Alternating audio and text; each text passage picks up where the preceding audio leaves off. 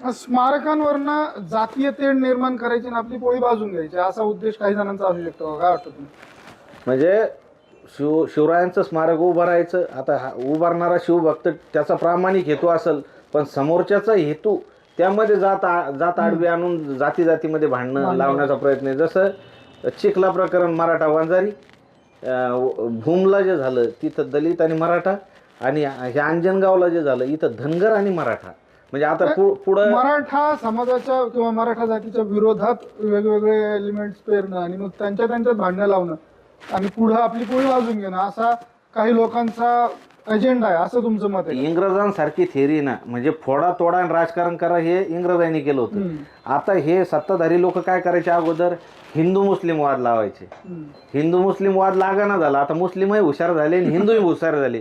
मग आता यांनी काय केलं, मराठा दलित, मराठा ओबीसी, मराठा वंजारी, मराठा हे असे मराठा मुस्लिम असे वाद लावण्याचा प्रयत्न करीत. लोक सज्ञान झालेले, पण काही खंडोजी खोपड्याचे अवलादे आहेत की त्यांना मीडियावर भुकायची सवय असती. येऊन जाऊन त्याला रात्रंदिवस जरांगे पाटलावर बोलला की त्याला पब्लिसिटी भेटते. असा एक आहे तो स्वतःला धनगर समाजाचा नेता म्हणतो.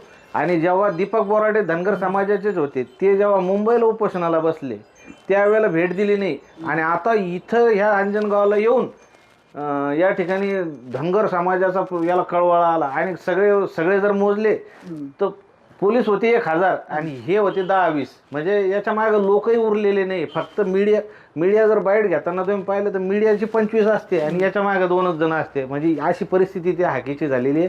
हाच सगळ्यात कळीचा नारायण आहे. आणि येऊन जाऊन ते मनोज जरांगे पाटलावर भुकतो. आम्ही त्याला या तुमच्या व्हिडिओच्या माध्यमातून लक्ष्मण हाकेला स्पष्टपणे इशारा देतोय, इथून पुढं मनोज जरांगे पाटील यांच्यावर खालच्या पातळीचं जर बोलला तर जसेच तसं उत्तर हे लक्ष्मण हाकेला मराठा समाज देईल.